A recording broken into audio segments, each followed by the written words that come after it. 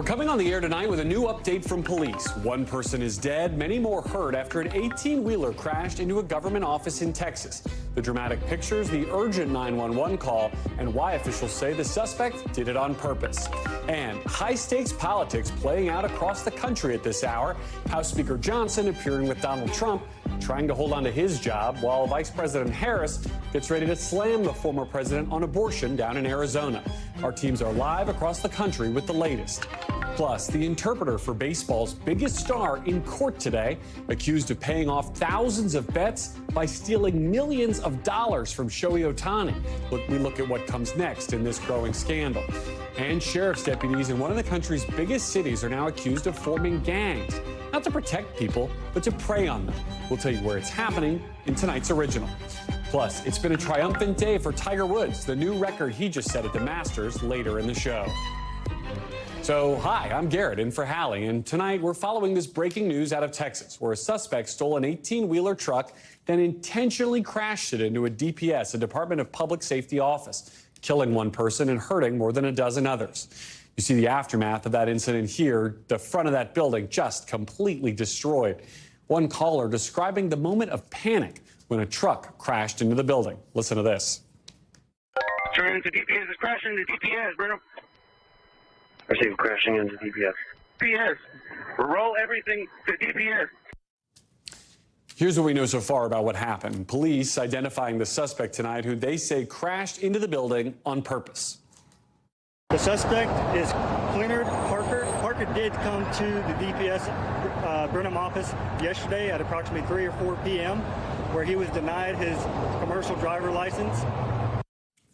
We know this person behind the wheel of the truck, the suspect, is now under arrest, facing multiple felony offenses. 13 people hurt, one person has died. Marissa Parra is joining me now with the latest. So, Marissa, what more are we learning now about exactly how this happened? Well, a lot of new details coming out about what we knew already to be a horrific accident, or rather incident, for everyone who witnessed this, for everyone who was involved.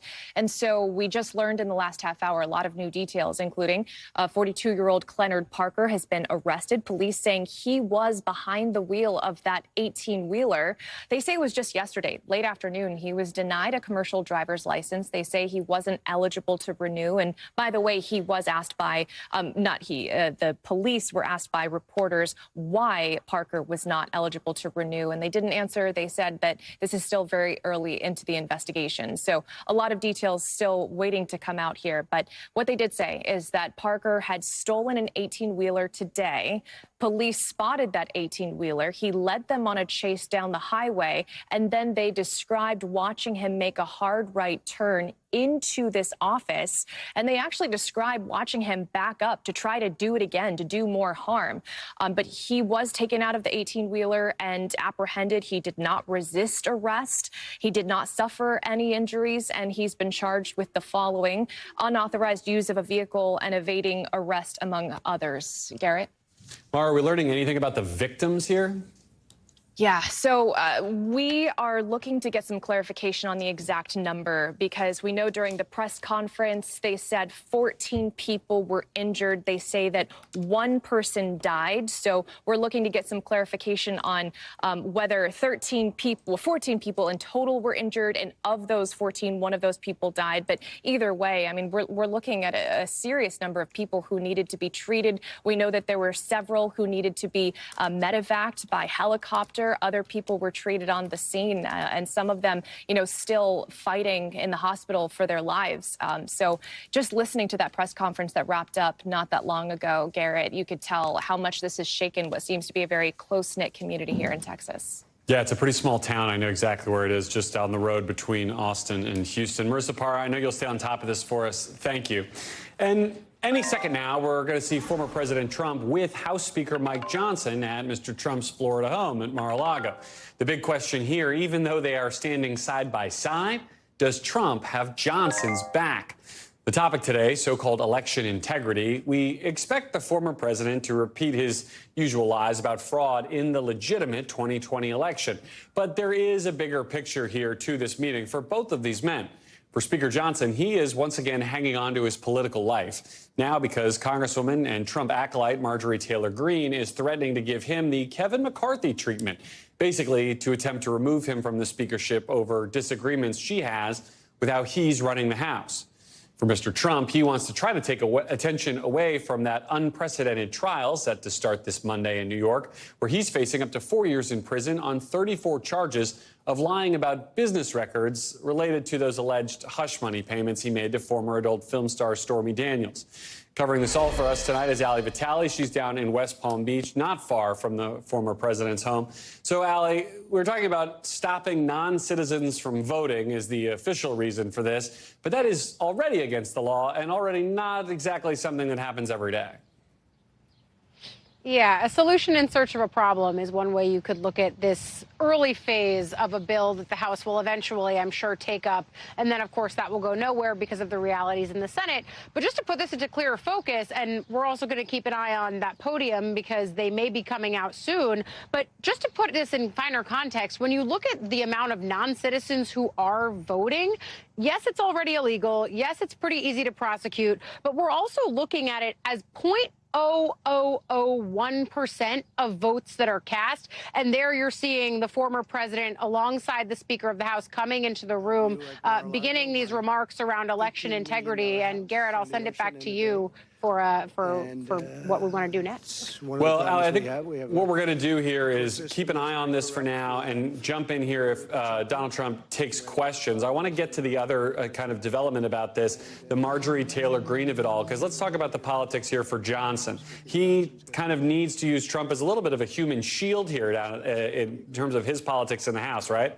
I would like to Yeah, that's exactly right. Because when I came down here, I was talking to Republican lawmakers and asking them, well, is this really about the bill? What do you think it's really about? And they all say that it's about proximity to the epicenter of Republican power, which is former President Donald Trump. The idea that Johnson is once again in hot water, that he's in fear of getting, I don't know if we want to make a new word, but like McCarthy'd over his speakership, ousted from his job because of his handling of any number of issues. First, it was over the appropriations and government funding. Then it was over Ukraine. Now it's potentially over this Foreign Intelligence Surveillance Authorization Act. All of these different things could be enough to push Marjorie Taylor Greene to make her threat an actuality of pushing to oust him. There could be some differences here. Democrats could come to his aid. He doesn't want that. That could weaken him even more. And that's why we're seeing him here next to the former president, talking about one of the former president's favorite pet issues, the idea of fraud that didn't exist in numbers that would have been big enough to actually change the results of the election. He just lost it.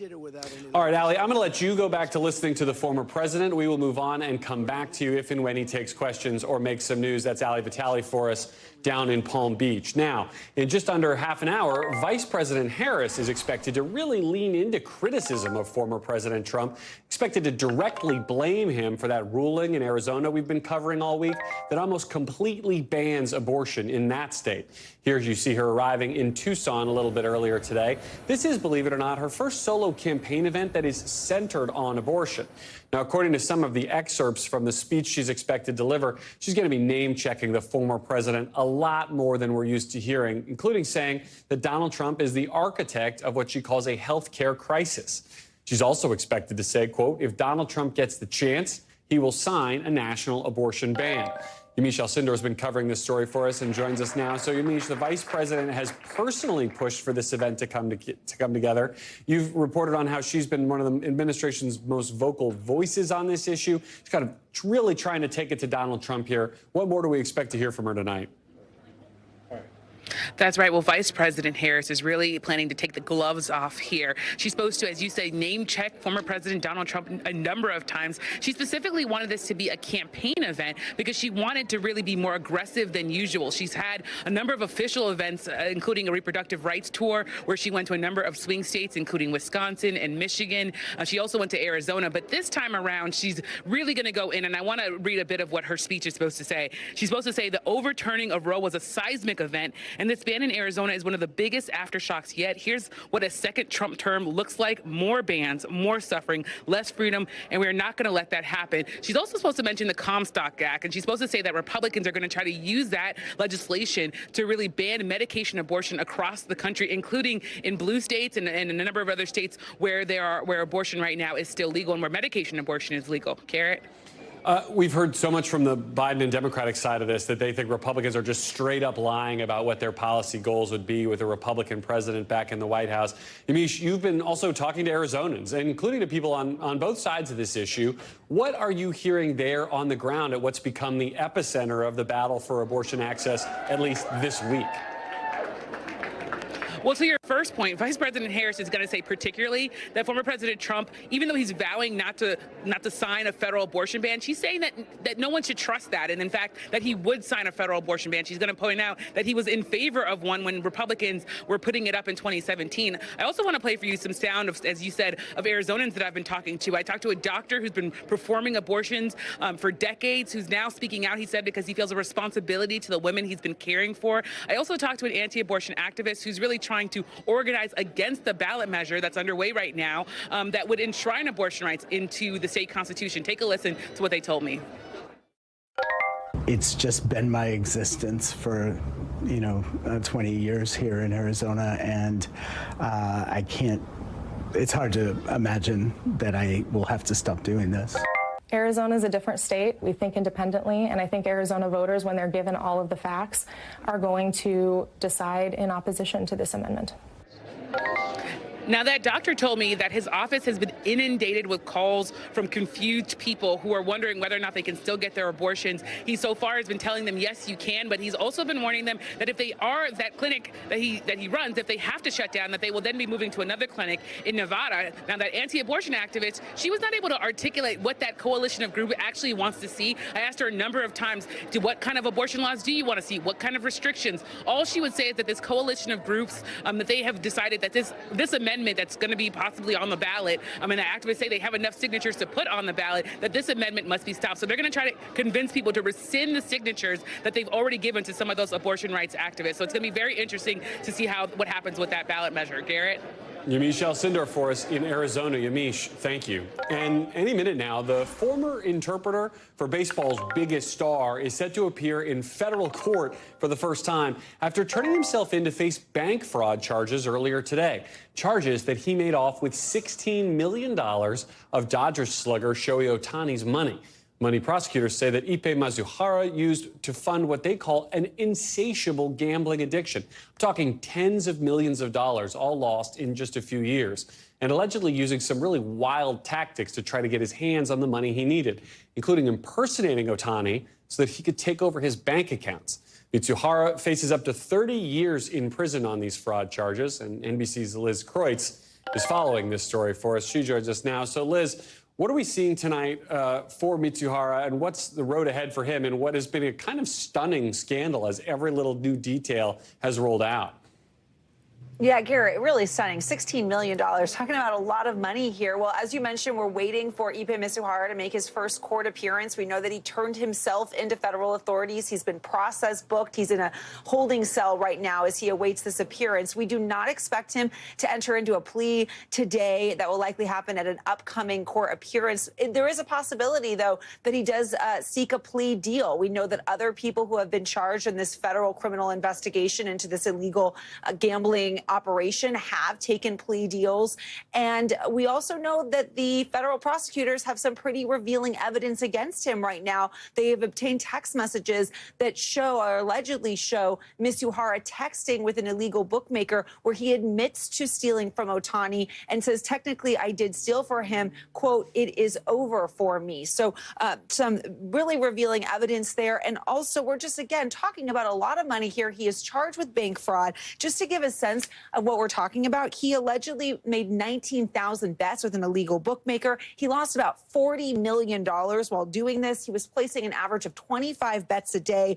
The bets ranged from $10 to $160,000. On average, these bets were about almost $13,000 each. So we're talking so much money here. All of it's really taken from Ohtani. The federal prosecutors, though, saying that Ohtani was the victim in all of this. Yeah, the sheer volume of bets there is kind of incredible when you see it all laid out like that. Liz, you said that Ohtani is clearly the victim here, and law enforcement appears to have cleared him of any wrongdoing. But can you talk a little bit about the impact this is having on Ohtani and on baseball right now? He's supposed to be the fresh-faced big star for this sport, and now he's got this black cloud following him around with this whole case. Yeah, and he's been someone who's known for just always keeping his eye on the prize, being very focused on baseball, not someone who's had a lot of drama around him. So this is sort of new territory for him, and it definitely created kind of a black cloud over the start of baseball season for him. This story broke just ahead of the opening day game, his first week with the Dodgers, this record contract that he has. I think, though, that right now he's likely breathing a sigh of relief when it comes to the optics. I mean, obviously, he is a victim. He had a lot of money stolen from him, and his good friend and confidant basically took advantage of him, according to prosecutors. But prosecutors yesterday said he's cleared. I mean, they really said he is the victim in all of this. And of course, it's not going to stop a lot of people from probably having questions. The big one being, how did he not know that this much money was taken from him? But I think at the same time, you're also going to have people who say this guy was taken advantage of, and they're going to feel sorry for him. So I think right now he's in a good place. He'll be back playing the Padres tonight here at Dodger Stadium in LA. All right, Liz Kreutz, I know you'll be all over it. Thank you for that reporting. And if you or someone you know has a problem with gambling, call the number on your screen right now. You can speak to somebody who can help. Right now, we're watching for new Iranian strikes in Israel that could come really at any moment, with the president himself saying that he expects them, and I'm quoting here, quote, sooner rather than later, sending Iran this warning. Mr. President, what is your message to Iran in this moment? Don't. The United States is now repositioning some of its military assets into the region here because of this. Now, 3 officials tell NBC News. And also, we're restricting travel for government workers who are based in Israel. That's a protective move, with the U.S. Embassy telling employees and their family members there to basically not travel outside of 3 major cities until further notice. This all comes as Israel is promising it will defend itself and respond whenever this Iranian response comes. And remember, this has been a military back and forth now with Iran, poised to strike back for an attack on its embassy in Syria that it blames Israel for, which killed several of Iran's senior leaders. Now, we should note, Israel hasn't claimed responsibility for that attack. And with the tensions in the Middle East tonight, yet again poised to potentially spread even wider in the region, we're going to take a moment here now to dip in, to former President Trump taking questions in Florida. Ever happened. And everybody says that, including Democrats, that it happened is such an outrage. People, millions of people are dead right now, both sides. Millions of people are dead. Cities are blown to ashes. You'll never rebuild those cities. That's certainly not like they were, so beautiful. And this is something should have never happened. October 7th should have never happened in Israel. Should have never happened. What happened there was outrageous.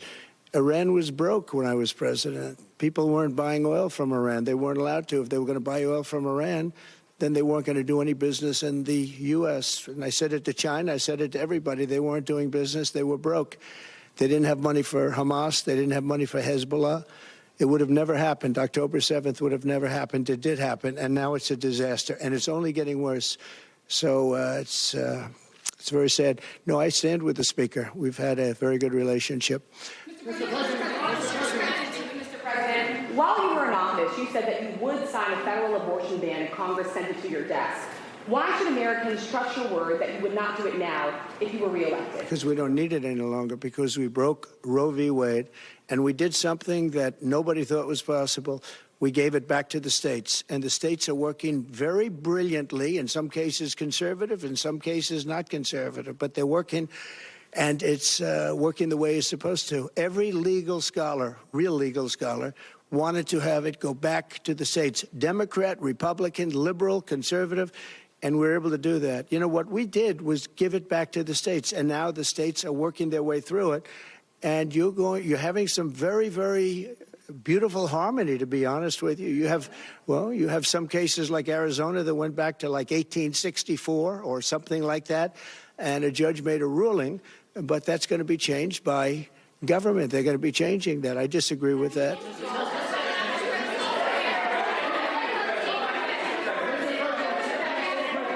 Excuse me, please. Just a follow-up. Over the last few decades, Mr. President, you have both considered yourself pro-choice and pro-life. Which one is it? Well, you know exactly which one it is. And when I was in New York and when I was a Democrat also, just like Ronald Reagan, you know, Ronald Reagan was a Democrat. We sort of followed a very similar path. But if you look at what we've done with Roe v. Wade, we did something that everyone said couldn't be done, and we got it done. And I give great credit to the Supreme Court and the justices for having the courage to do it. What they did is very simply give it back to the state. And I'll tell you, the Democrats are the radicals on this because they're willing to have abortions in the 7th, 8th, 9th month. They're even willing, and you can call it what you want, but you go back to the governor of Virginia, the previous governor of Virginia, the Democrat governor of Virginia, where he talked about execution of a baby after birth. And you can say what you want, but that's extreme and that's radical, and nobody should have that, and it has to be ended. Please, go ahead. Go ahead, please. Sir, Mr. President, do you think the motion to vacate rules should be finally changed, or do you think that it's just creating chaos right now? Well, it's unfortunate that people bring it up because right now we have much bigger problems. The country is we're a nation in decline. We're a declining nation. We have tremendous inflation. The inflation's coming back at levels that nobody thought they really would have. If you look at the categories of inflation, they have the worst categories. Many categories are not included. And if you included that, your inflation number would be substantially higher than it is now, and it's already at records. So inflation is back, and a lot of bad things are happening in our country, but that's the least of it. You've got Russia you could end up in a world war between Russia, Ukraine, and all of the chaos, and that's something should have never happened. It would have never happened. What's going on with Israel, October 7th, and what's going on with Israel could end up in a world war. We have a president that can't put two sentences together. We have a president that can't find the stairs off a stage. We have a president that doesn't know what the hell he's doing, and we could end up in a world war. You know, we have just a little bit less than 7 months before November 5th. But that's an eternity when people are incompetent. Go ahead, please. Do you support the House's FISA bill that was passed this morning? Which one? The FISA bill. And did you talk to any? Well, I'm not a big fan of FISA. I looked at it and I studied it, and I know it probably better than anybody. You know, they spied on my campaign. You do know that, right?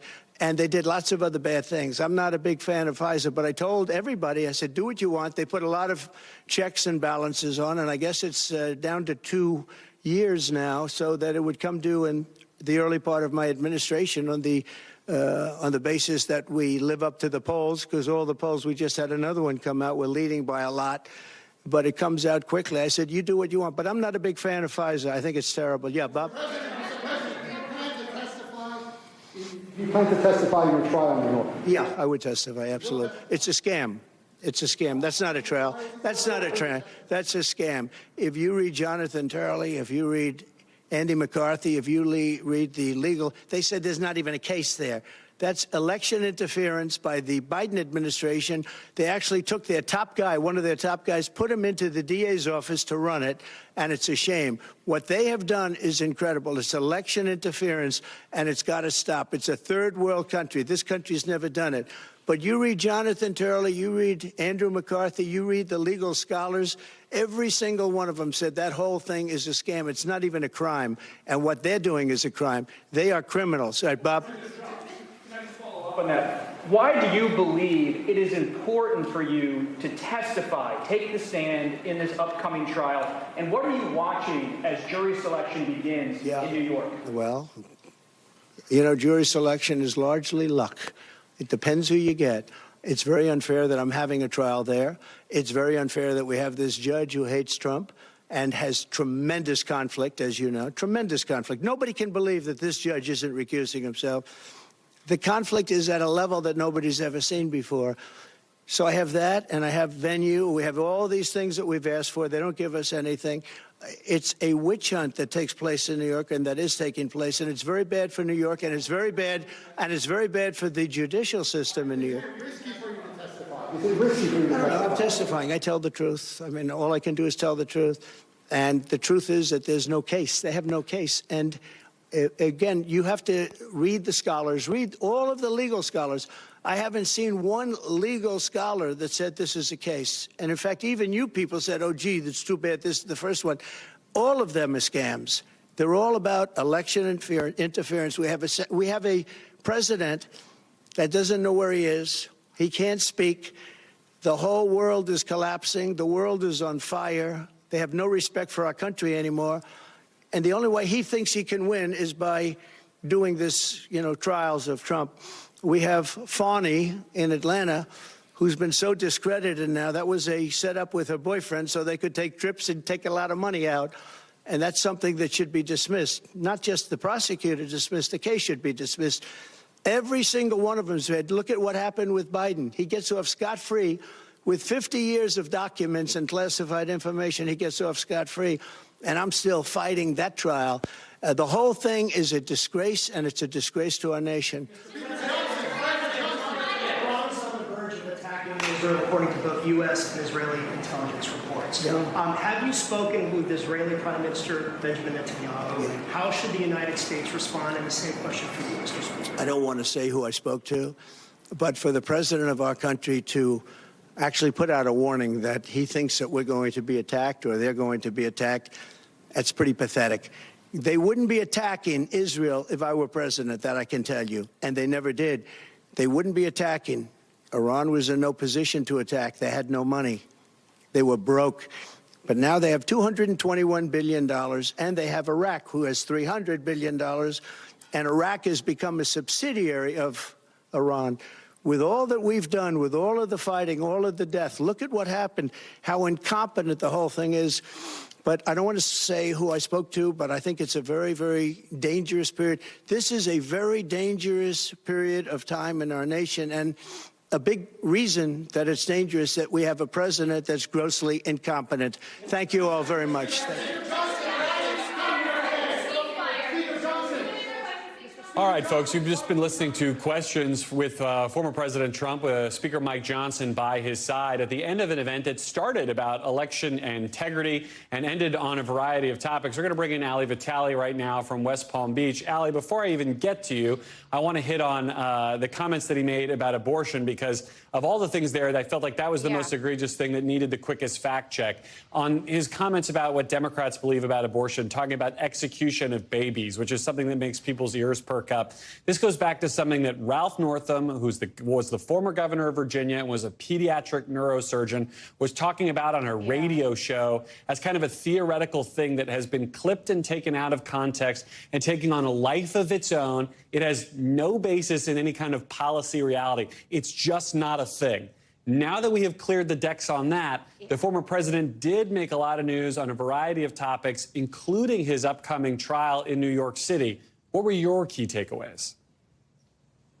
Well, look, we'll stay with abortion for a moment, because I thought it was striking the way that he continues to take credit for, in his words now, breaking Roe versus Wade, which is why he says he no longer wants a federal ban, because it allows the states to handle this themselves. But look, the more he says and takes credit for the toppling of Roe, the more ways the Biden campaign is going to be able to cut a zillion different ads crediting him with every single story that is heartbreaking of women who couldn't access care and in some cases lost their ability to have children altogether because of a lack of medical care access. That's just one issue. The second issue is the one that I think many of us were looking for, because he's standing there next to the Speaker of the House, a guy who is once again in a fight to keep his job, because another Trump ally, Marjorie Taylor Greene, is threatening to oust him from it. Trump was asked there about the method that people can do that by, the motion to vacate, which one member in the Republican conference can trigger. We watched the impact of that on Kevin McCarthy. Trump seemed to lament that anyone could trigger that at this point, and saying basically it's a shame when anyone does that. Of course, it's Marjorie Taylor Greene who is now the one who's potentially doing it. And I was struck by the way that he talked about both of these two allies, the Speaker and MTG. He said that he gets along with both of them, that Speaker Johnson's is not an easy situation, but that he's doing as well as he's going to do, and that Marjorie respects that and understands that, though I'm not sure that you and I got that impression from being on the Hill with her. Yeah, that's right. I don't know if I would say that was an embrace of Mike Johnson, maybe a little side hug there. Allie, quickly, the other headline to me was the comments about the New York trial and what sounded like not just that he would, but almost an insistence that he will testify in that trial, which is probably not something his attorneys are thrilled about.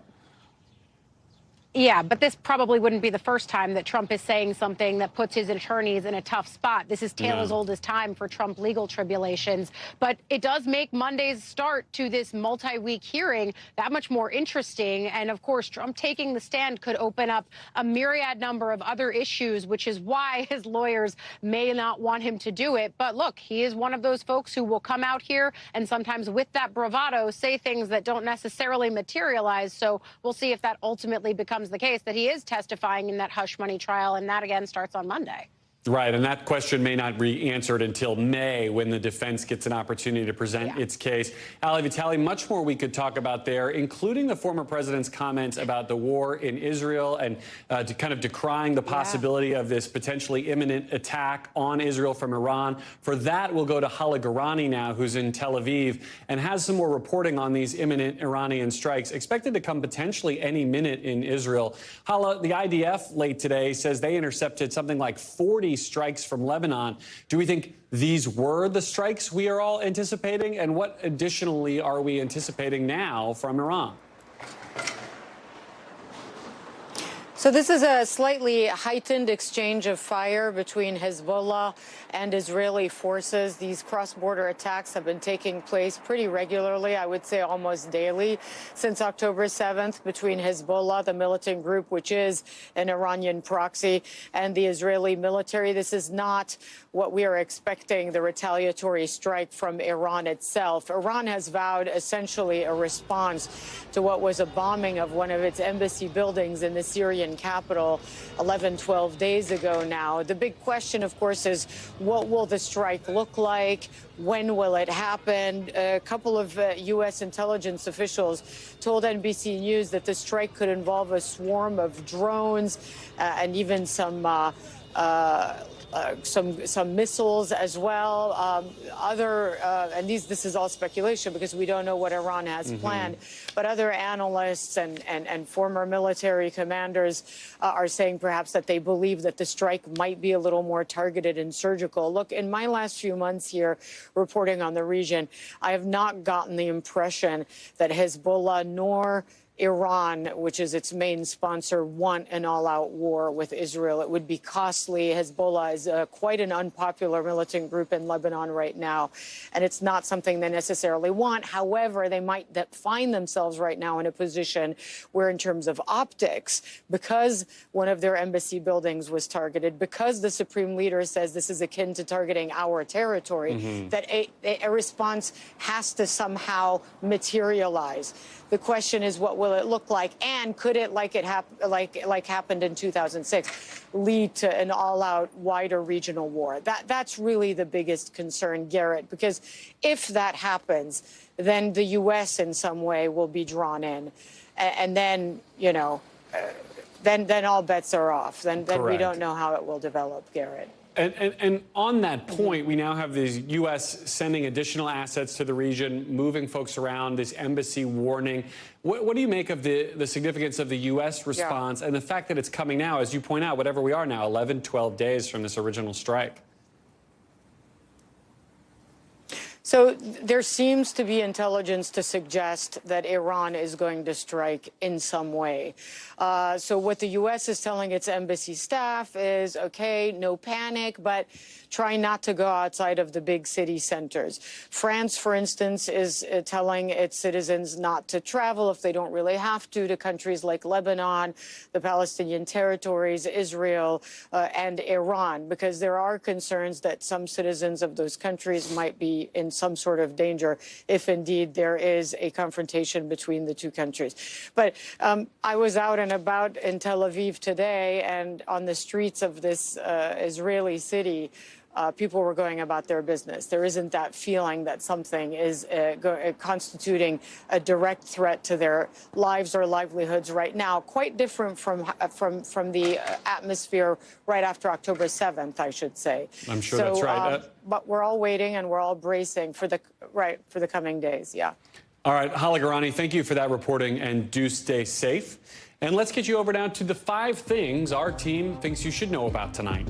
Number 1, it was a rough day on the stock market today. The Dow sliding nearly 500 points in what's been its biggest sell-off of the year. Experts blaming the drop on worries about inflation and global politics. Number 2, at least 11 people across the country are now sick due to botulism-like illnesses linked to injections of counterfeit Botox. We told you about this story yesterday. The outbreak is from injections given in non-medical settings. The CDC says it's launching a multi-state investigation and is going to start alerting doctors nationwide.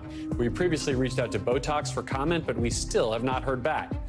Number 3, Southern Methodist University is suspending one of its football players, Theodore Knox, after he was allegedly involved in that multi-car crash with NFL star Rashee Rice. It comes after police issued arrest warrants for both men. Rice turned himself into police last night. His attorney says he's now out on bond and cooperating with the investigation. A lawyer for Knox could not be reached. Number 4, Tiger Woods making history today by making his 24th straight cut at the Masters tournament in Augusta, breaking a tie that he was in with 2 other players. This means he'll get to play in the 2 final rounds over the weekend. Woods has drastically reduced his playing schedule as he fights through various injuries.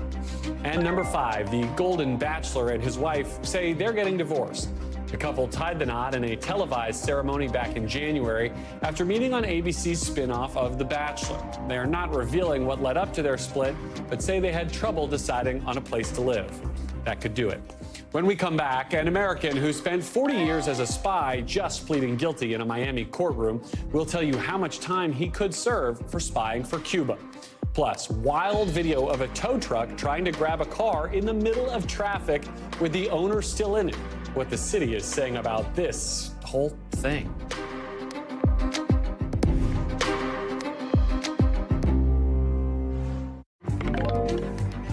NBC covers hundreds of stories each day, and because it can be tough to read, watch, or listen to all of them, our bureau teams have helpfully done it for you. This is what they tell us is going down in their regions in a segment we call The Local. Out of our Northeast Bureau, officials say there's been more than 50 aftershocks recorded since that 4.8 magnitude earthquake shook the tri-state area last week. Now, the U.S. Geological Survey is installing sensors near the site of the quake to monitor future rumblings. The earthquake was the strongest one in New Jersey in over 200 years. From our Western Bureau, take a look at this video out of San Francisco of a tow truck trying to latch onto a car in the middle of traffic with the owner still in it.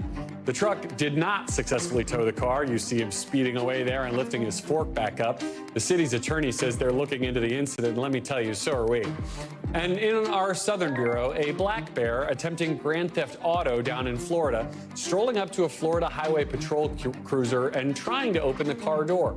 The handle eventually falls off. The bear just kind of gives up. Police say the 500-pound furry attempted burglar is still on the lam. Now, the ex-American diplomat who admitted to being a spy for 40 years, late today pleading guilty to defrauding the U.S. government and acting as an illegal agent of Cuba, in a case prosecutors call one of the most brazen betrayals of the U.S. national security ever.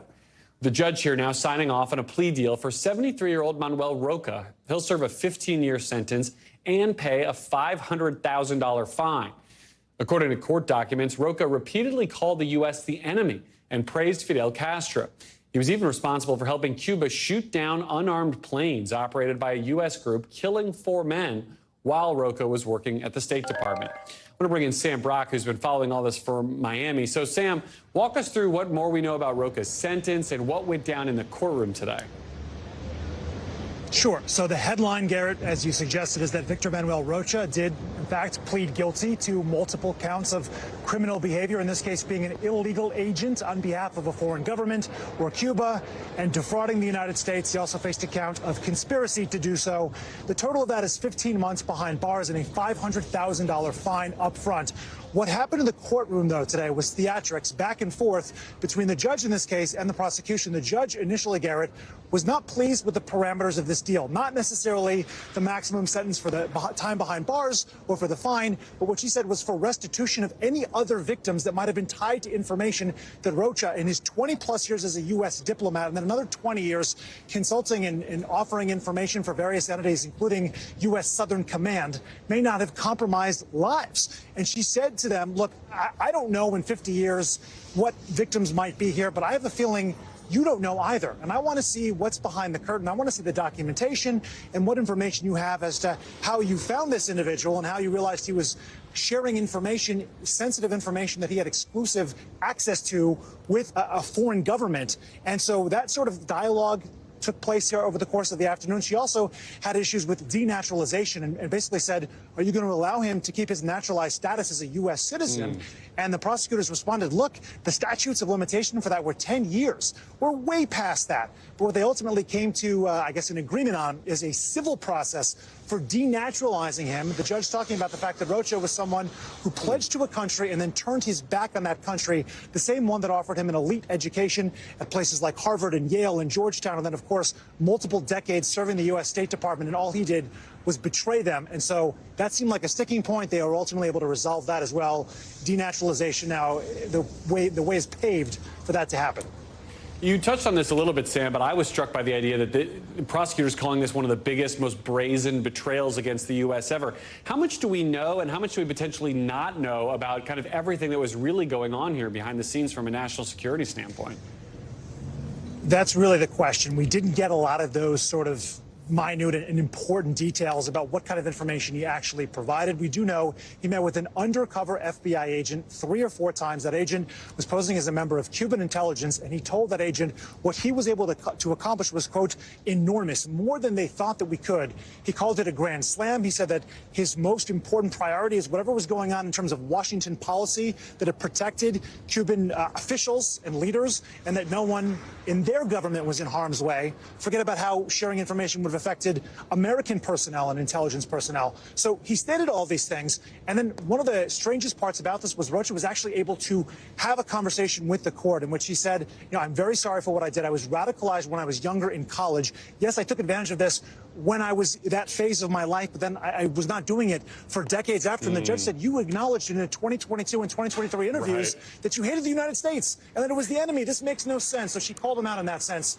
And here we are right now. Plea deal ultimately agreed to. Sam, I don't think I have this kind of authority, but I'm launching you on a Dateline hour on this. I think there's a lot more reporting to do here. I want you to get started, okay? You take the weekend off, but layers and get layers. Back to us. All right. Sam Brockforce down in Miami. Sam, thanks, man. And coming up, new video from the UN showing the toll of something that has become an enormous humanitarian crisis. What challenges millions of people are facing while fleeing Sudan.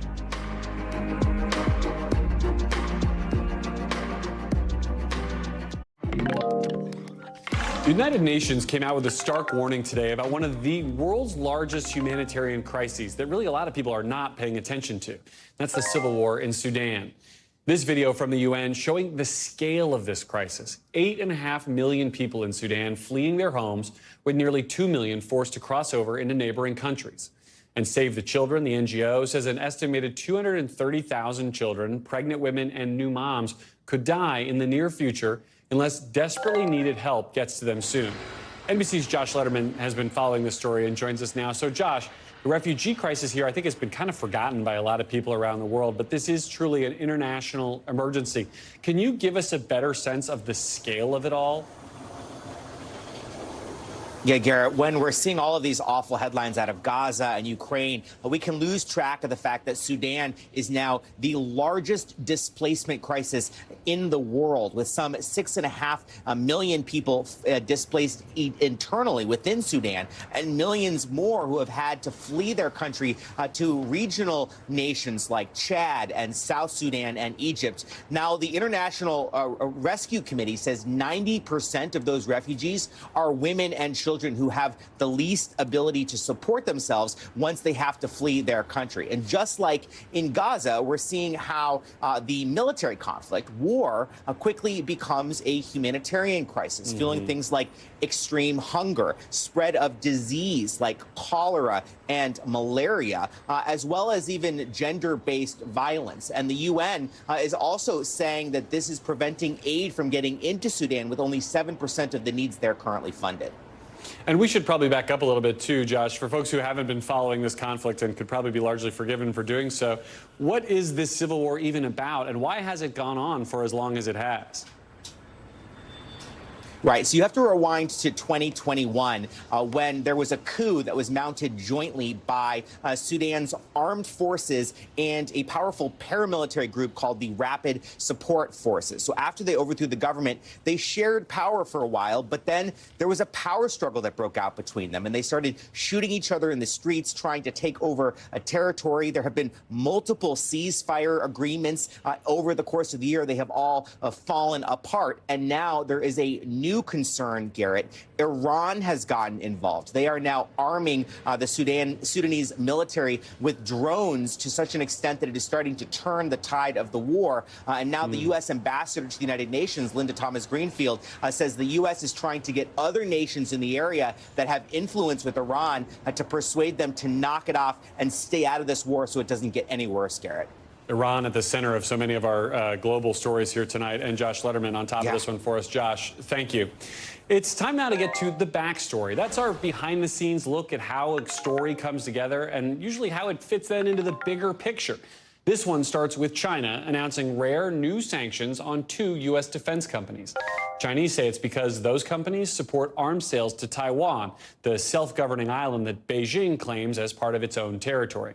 This move from China, yet another example of these heightened tensions between the U.S. and the CCP over trade, China's support for Russia's war in Ukraine, and national security threats to the U.S., like when that American warplane had to shoot down a Chinese spy balloon last year. It all comes as Treasury Secretary Janet Yellen is back from a trip to China for some high-stakes economic talks that were aimed at trying to iron out the wrinkles of what has been a complicated relationship, I think that's putting it mildly, between the world's 2 biggest economies.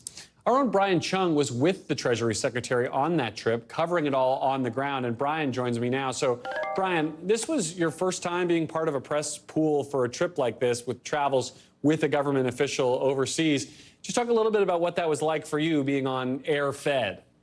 Yeah, which, by the way, I feel like I saw you that day that I was leaving, and I was very much in a frazzle because I was like, what the heck is this pool job? So basically what it entails is that you are the camera for America. So every time there's a big trip like this, not every network is going to send their own camera. So in our case, it was NBC that was the designated pool. I was the correspondent that was sent to make sure that all the shots that we were getting fed back to the United States. You could see my name there on the seat on Air Force 2, which usually the vice president was aboard. This time it was Janet Yellen. So not Air Force 2, but still the same aircraft. They spelled my name wrong. That led to some confusion at Joint Base Andrews. We'll get past that. But either way, very exciting to be able to beam out to not just NBC, but all the other networks what was happening and really allow those cameras from an American perspective to see all the meetings that were happening for about a week in China, Garrett.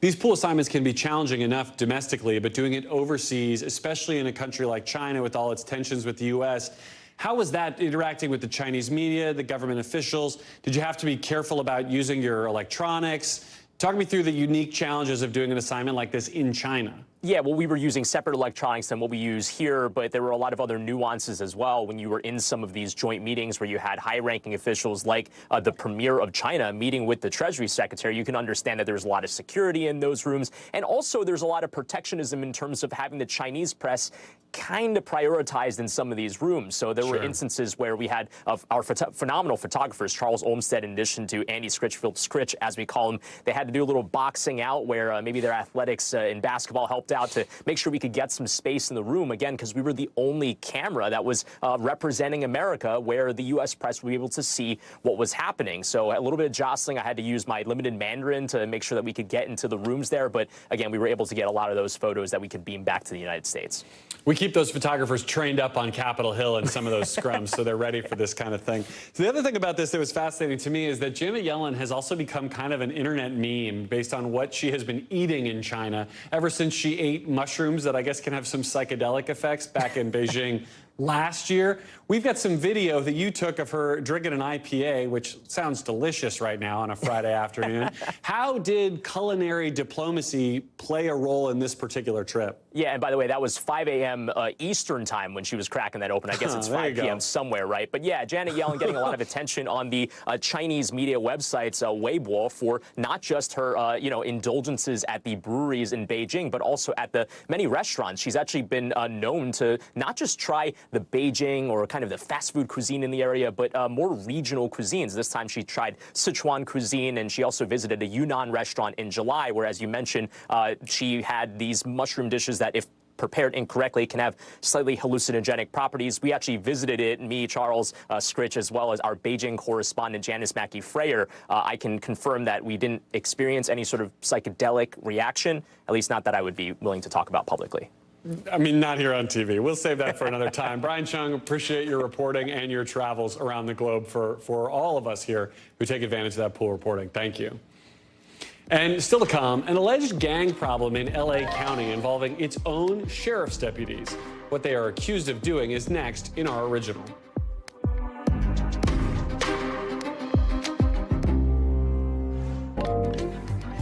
To tonight's original now, with in-depth reporting on a topic we've been watching. And tonight, we're looking at an issue that's allegedly plagued one of the country's largest law enforcement departments for decades, apparently. Supposed gangs inside the LA County Sheriff's Department.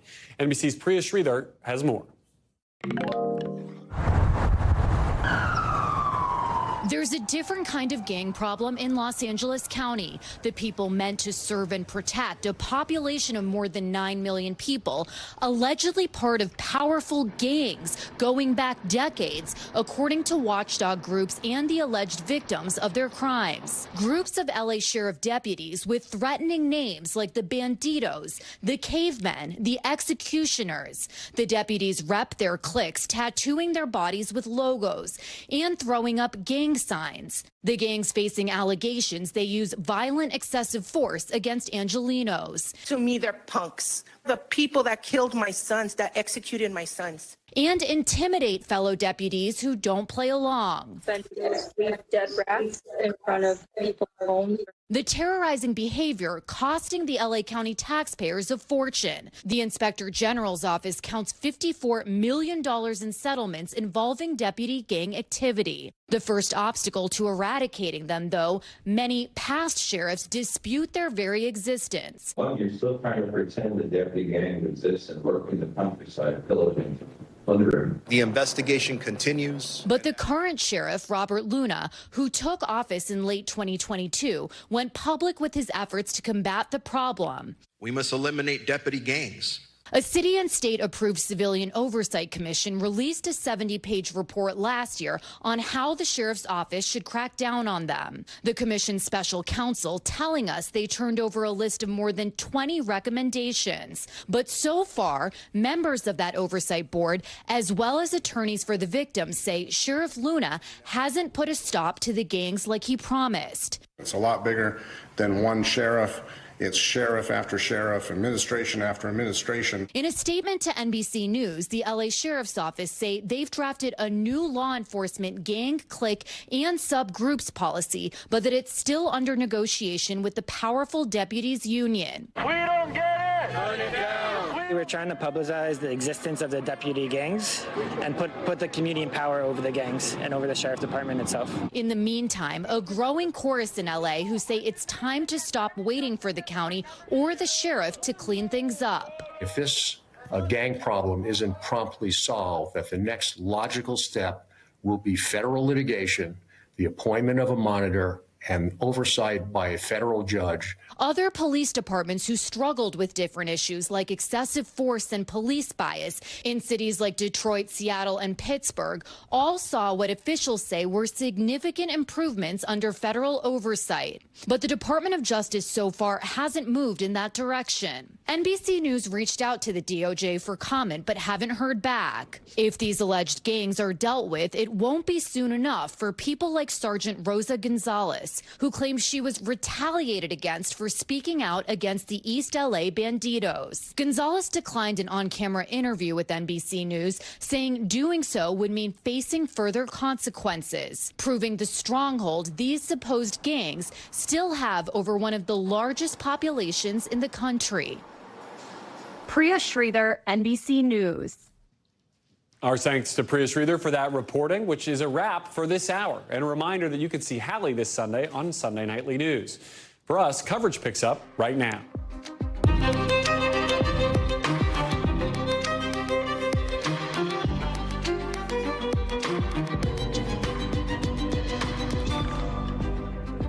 We're coming on the air tonight with a new update from police. One person is dead, many more hurt after an 18-wheeler crashed into a government office in Texas. The dramatic pictures, the urgent 911 call, and why officials say the suspect did it on purpose. And high-stakes politics playing out across the country at this hour. What we just heard from Donald Trump on abortion, Israel, and on his upcoming trial, while Vice President Harris slams the former president on abortion in Arizona. Our teams are live across the country with the latest. Plus, the interpreter for baseball's biggest star in court today, accused of paying off thousands of bets by stealing millions of dollars from Shohei Ohtani. We look at what could come next in that growing scandal. And sheriff's deputies in one of the country's biggest cities accused of forming gangs, not to protect people, but to prey on them. We'll tell you where it's happening in tonight's original. Plus, a triumphant day for Tiger Woods, the new record he just set at the Masters later in the show. And hey, I'm Garrett in for Hallie, and tonight we're following breaking news out of Texas, where a suspect stole an 18-wheeler truck, then intentionally crashed it into a Department of Public Safety office, according to police, killing one person and hurting more than a dozen others. You can see the aftermath of that incident here, the front of that building just completely destroyed. One caller describing the moment of pure panic when the truck crashed into the building. Listen. Turn into DPS, is crashing into DPS, bro. I see crashing into DPS. DPS. Roll everything to DPS. Here's what we know so far about what happened. Police have identified the suspect tonight, who they say crashed into the building on purpose. We know the person behind the wheel of the truck, that suspect, is now under arrest, facing multiple felony offenses. 13 people were hurt. At least one person has died, but officials say there could have been many more. If he had veered a little bit to the left the second time, there would have been a collapse of that building, which would have resulted in a lot more injuries and possible death. Marissa Parra joins me now. And Marissa, we know the suspect had been at this building just the day before. Is that right? That's exactly right, Garrett. So police telling us today that 42-year-old Clenard Parker went to go and renew his commercial driver's license, and he was told yesterday that he was unable to do so for reasons that haven't yet been publicly released. That was yesterday. Then today, police spotted him behind the wheel of a stolen 18-wheeler, and then a chase ensued. And so they were following him along the highway, and today at the press conference, not that long ago, they described watching him make a hard right turn into that office that you are seeing right there on your screen. They actually described watching him try to attempt to do it again, but he was taken out of the 18-wheeler. He did not resist arrest, and he also didn't suffer any injuries. Now he is charged with unauthorized use of a vehicle and evading arrest. But what I find so striking here, Garrett, is during that press conference, something you just pointed out that I want to reiterate, is they said that had he veered to the left the second time, that there would have been a partial collapse of that building, which they say would have resulted in even more significant injuries beyond what we've already seen, Garrett. So this really could have been so much worse. Absolutely. And what more do we know about the victims? So we're still working on getting the identities here, of course, but our understanding is there were 14 people who were injured. Of those 14 people, one person did unfortunately succumb to their injuries, Garrett. It's not clear how many were employees, how many were people trying to get those services. But for this very small city here, population of less than 20,000, this has just been devastating for what is a very tight-knit community, Garrett. Yeah, absolutely. I appreciate your reporting on this. Marissa Parra on top of the story for us from Brenham, Texas tonight. And in just the last half hour, former President Trump with House Speaker Mike Johnson taking questions at Mr. Trump's Florida home. The big question we had coming in, even though they were standing side by side, does Donald Trump still have Mike Johnson's back? Well, he answered that one. I think he's doing a very good job. He's doing about as good as you're going to do. And I'm sure that Marjorie understands that. She's a very good friend of mine, and I know she has a lot of respect for the Speaker.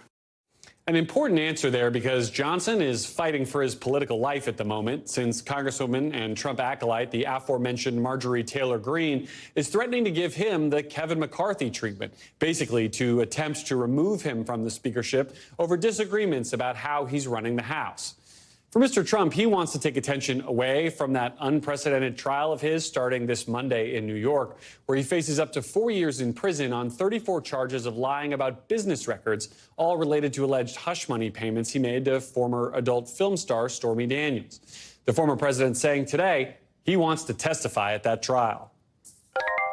I'm testifying. I tell the truth. I mean, all I can do is tell the truth. And the truth is that there's no case. They have no case. Hallie Vitale is in West Palm Beach, Florida for us tonight. She's been following along on all of this today. And Hallie, that promise to testify here, to me, feels like a little bit of another way in which the president can fire up his base as he's using the trial to fundraise for his campaign. Yeah, fundraising and pretty striking rhetoric, too, Garrett, especially as he says things like in a recent fundraising email that in 72 hours, all hell will break loose. It's hard to see words like that and not think about the words that he was using in the days leading up to the January 6th insurrection. I think those things are inextricably linked when we see the former president use such dark and violence-tinged rhetoric such as this in fundraising emails. Look, as far as whether or not he's going to testify, I imagine his lawyers are going to have some things to say about the fact that he just said he wants to testify here. That's probably not what they wanted to hear. But look, they've got some time. Even though this starts on Monday, you pointed this out in the last hour, they don't have to start their defense until likely May. It means they've got some time to figure out with their client, hey, do you actually want to get on the stand and say all of this under oath? That could present its own problems, especially as we know Trump's sort of tricky relationship with the truth. Yeah, that relationship was on display when he talked about abortion as well, which has been kind of the big political story this week. He had a long list of lies and sort of make-believe on that topic. But what was interesting to me was how he continues to really double down on the idea that it was him responsible for the overturning of Roe v. Wade. I want to play that moment and ask you about it on the other side. Because we don't need it any longer, because we broke Roe v. Wade, and we did something that nobody thought was possible. We gave it back to the states. Hallie, I imagine that's the kind of thing the Biden campaign would like him to continue saying to as many people as he can possibly reach with that message. Yeah, in as many different ways as he can, because they're putting out ads like the one that we saw of a woman in Texas who struggled and suffered and may actually lose her ability to have a child because she was not able to access abortion care. That then was followed by, after she told her story, the reminder that Trump is taking credit for overturning Roe versus Wade. And we're also seeing more ads like this one, which is why the Biden campaign might be happy about these latest comments. Watch. Roe v. Wade gave constitutional cover to the elective killing of unborn children in America. If we had all those able-bodied workers in the economy, we wouldn't be going upside down and toppling over like this. Mike Johnson's going to do really well. He's popular. He's smart. He's sharp. He's going to be fantastic. Johnson, of course, one of those ultra-conservative members well before he was a speaker. The fact that Trump is standing side by side with him today, embracing him, saying that he supports him as speaker, but it also ties him to comments that Johnson has made in the past, like that one. And that's exactly what the Biden campaign is hoping to do here on this issue of abortion, which I got to point out, too. I know the Trump campaign is very aware of the fact that politically this is tough. The fact that he's out here just full-throatedly taking credit for overturning Roe, even as he says it goes back to the states, overturning Roe is the unpopular thing here, in addition to all the stuff that the states are doing. So it's notable. Hallie, in your role as Capitol Hill correspondent, did the speaker get what he flew to Florida for today, do you think? I guess. I mean, it was a pretty tepid endorsement of his job that he's doing. Trump acknowledging the reality that, yeah, it's tough to be speaker right now, especially when the margins are what they are. But I really do wonder if he's talking to the same Marjorie Taylor Greene that you and I talked to up on Capitol Hill, because I do not get the sense that she respects the job that he's doing or that she understands the realities of this Republican conference. Yeah, maybe under Kevin McCarthy, but certainly not under Mike Johnson. And it doesn't seem like she's willing to let this threat go anytime soon. Of course, threats are fine. You've got to have have folks with you to back it up and actually make this threat a possibility to oust him from his job. And that's the stuff that we haven't seen materialize yet. And so Washington's favorite drama about the speakership will continue next week. Hallie Vitale for us in West Palm. Thank you. And in just the past few minutes, Vice President Harris is out in Arizona responding to those very comments former President Trump just made on abortion. Listen. Donald Trump just said the collection of state bans is, quote, working the way it is supposed to. And as much harm as he has already caused, a second Trump term would be even worse. Here's the vice president arriving in Tucson a little bit earlier today. Believe it or not, this is her first ever solo campaign event centered on abortion. Certainly won't be her last. And it's coming just days after that momentous ruling in Arizona that almost completely bans abortion in the state. Dana Griffin joins me now. And Dana, the vice president has personally pushed for this event to come together. She's been one of the administration's most outspoken voices on this issue. What more did we hear from her tonight? Yeah, Garrett, well, she started her speech saying that this fight is about freedom, saying that the laws here in Arizona and some 20 others across the country are rolling back the rights for women, which is a right that you're born with. She went on to talk about how the clock has been turned back to the 1800s, referencing this 1864 law here in Arizona that essentially bans all abortions except in the exception that it saves a woman's life. She also spent most of her speech slamming former President Donald Trump, blaming him, as we've all heard, for this issue, because she says he is the one who put the 3 the conservative justices on the court, which ultimately resulted in overturning Roe. She says that he wants to take America back to the 1800s, referring to former President Donald Trump. But she says we are not going to allow that to happen. Garrett? And Dana, especially with Arizona becoming the unlikely epicenter of this abortion battle, what are we hearing from people on the ground there about being in the middle of this now national fight? You know, being here for the last few days, we've heard anger, we've heard emotion. People say they want politicians to stay out of their healthcare system and to let them decide what they want to do with their own bodies. Right now, there's an initiative to get a ballot measure on the November ballot that could codify the right to reproductive access in the state. And so many people I've talked to, pretty much everyone has said they have signed that petition. They only need about 300 signatures. They've got more than double that amount because they don't want anything to happen when it comes to that signature verification process. And even the doctors I spoke to, I spoke to one doctor who was in tears because he says it's the women who are going to pay the price because of this ruling. And there's been so many people expressing that sentiment, including one abortion provider who spoke with our colleague Yumish Al-Sandor, who says that this goes too far. Listen. It's just been my existence for, 20 years here in Arizona, and I can't, it's hard to imagine that I will have to stop doing this. Arizona is a different state. We think independently, and I think Arizona voters, when they're given all of the facts, are going to decide in opposition to this amendment. There was an attempt to try to create a special rule so that they could overturn this law earlier this week. That effort was stymied by some Republicans at the state legislature. But hey, people say this is not going anywhere, and this is a fight they are taking all the way to November. Garrett? Dana Griffin for us in Tucson. Dana, thank you for that reporting. And in just the last few minutes, the former interpreter for baseball's biggest star set to appear in federal court for the first time after turning himself in to face bank fraud charges. Charges that he made off with $16 million of Dodgers slugger Shohei Ohtani's money. Prosecutors say Ippei Matsuhara used to fund what they called an insatiable gambling addiction. Tens of millions of dollars, all lost in just a few years.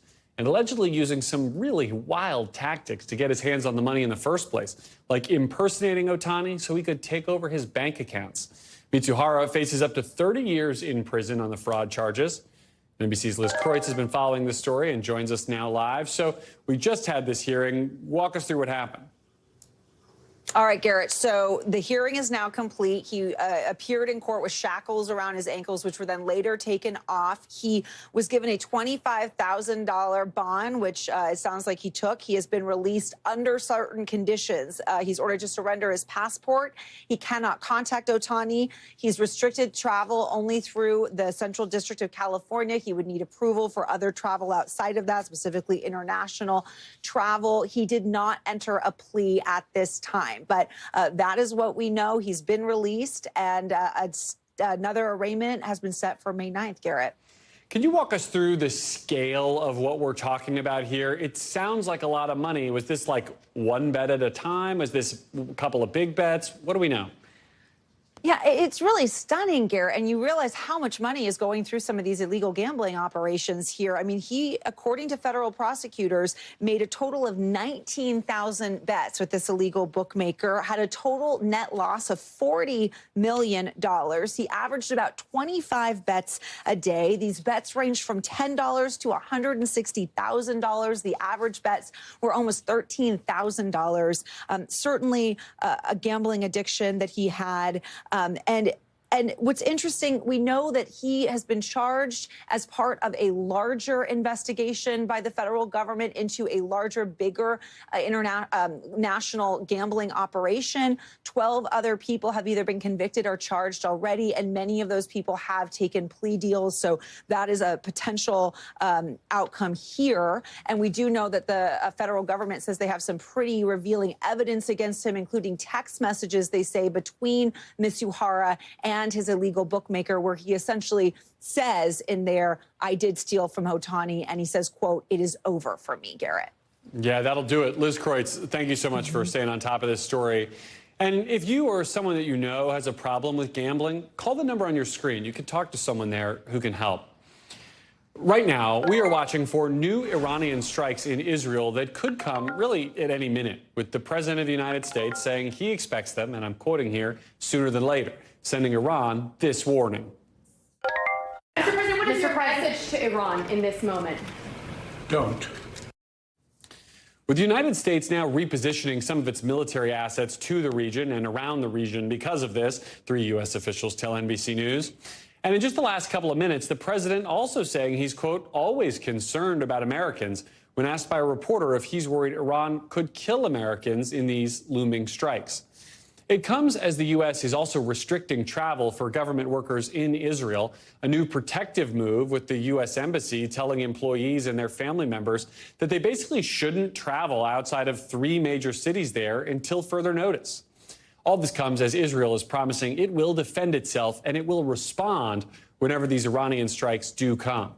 And remember, this is a military back and forth with Iran, now poised to strike back for what was an attack on its embassy in Syria that it blames Israel for, that killed several of Iran's senior leaders. We should note here that Israel has not claimed responsibility for that attack. But with tensions in the Middle East tonight yet again poised to potentially spread even wider in the region, we go to Hallie on the ground in Tel Aviv. Hala, the IDF late today says they intercepted something like 40 strikes from Lebanon. Do we think these were the strikes we are all anticipating? And what additionally are we anticipating now from Iran? So this is a slightly heightened exchange of fire between Hezbollah and Israeli forces. These cross-border attacks have been taking place pretty regularly, I would say almost daily, since October 7th between Hezbollah, the militant group, which is an Iranian proxy, and the Israeli military. This is not what we are expecting, the retaliatory strike from Iran itself. Iran has vowed essentially a response to what was a bombing of one of its embassy buildings in the Syrian capital 12 days ago now. The big question, of course, is what will the strike look like? When will it happen? A couple of U.S. intelligence officials told NBC News that the strike could involve a swarm of drones and even some some missiles as well. And this is all speculation because we don't know what Iran has planned. But other analysts and former military commanders are saying perhaps that they believe that the strike might be a little more targeted and surgical. Look, in my last few months here reporting on the region, I have not gotten the impression that Hezbollah nor Iran, which is its main sponsor, want an all-out war with Israel. It would be costly. Hezbollah is quite an unpopular militant group in Lebanon right now, and it's not something they necessarily want. However, they might find themselves right now in a position where, in terms of optics, because one of their embassy buildings was targeted, because the supreme leader says this is akin to targeting our territory, that a response has to somehow materialize. The question is, what will it look like, and could it, like happened in 2006, lead to an all-out, wider regional war? That's really the biggest concern, Garrett, because if that happens, then the U.S. in some way will be drawn in, and then then all bets are off. Then we don't know how it will develop, Garrett. And on that point, we now have the U.S. sending additional assets to the region, moving folks around, this embassy warning. What do you make of the significance of the U.S. response and the fact that it's coming now, as you point out, whatever we are now, 11, 12 days from this original strike? So there seems to be intelligence to suggest that Iran is going to strike in some way. So what the U.S. is telling its embassy staff is, okay, no panic, but try not to go outside of the big city centers. France, for instance, is telling its citizens not to travel if they don't really have to countries like Lebanon, the Palestinian territories, Israel, and Iran, because there are concerns that some citizens of those countries might be in some sort of danger if indeed there is a confrontation between the two countries. But I was out and about in Tel Aviv today, and on the streets of this Israeli city, people were going about their business. There isn't that feeling that something is constituting a direct threat to their lives or livelihoods right now. Quite different from the atmosphere right after October 7th, I should say. I'm sure that's right. But we're all waiting and we're all bracing for the coming days. Yeah. All right, Hallie, thank you for that reporting, and do stay safe. And as fears grow over retaliatory strikes from Iran, so does one key question about why Iran is again at the center of all of this drama in the Middle East.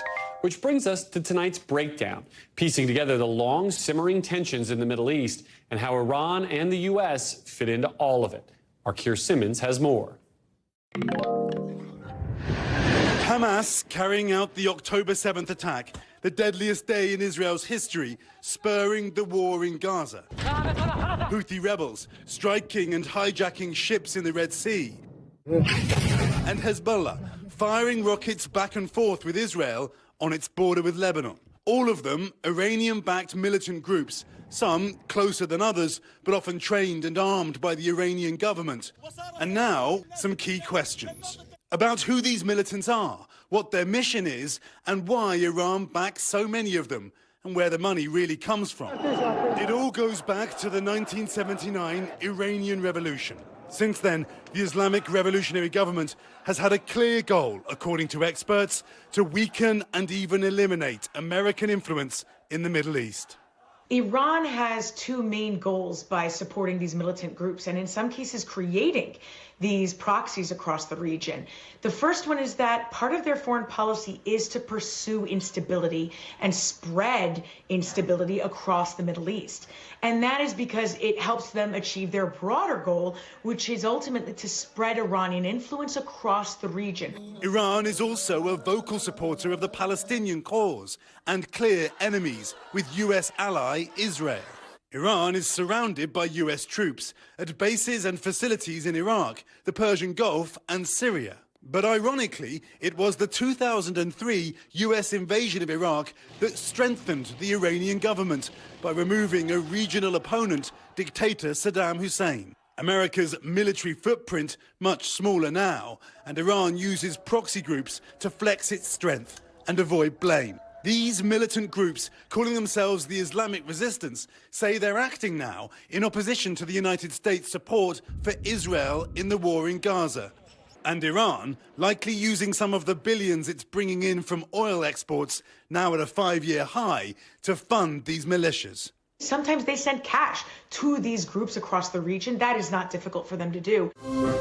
And bolstering its strength more, even in the face of tough US sanctions, its deepening partnership with Russia and China, also at odds with the United States. The spotlight now again on what amounts to a shadow war between the US and Iran, an endless source, many say, of the tension in the region. Keir Simmons, NBC News. Our thanks to Keir Simmons for that reporting. And coming up, why a Houston hospital says a doctor is to blame for the pause on some transplant programs. Plus, a big turnaround in college admissions, what Harvard is now making mandatory for applicants.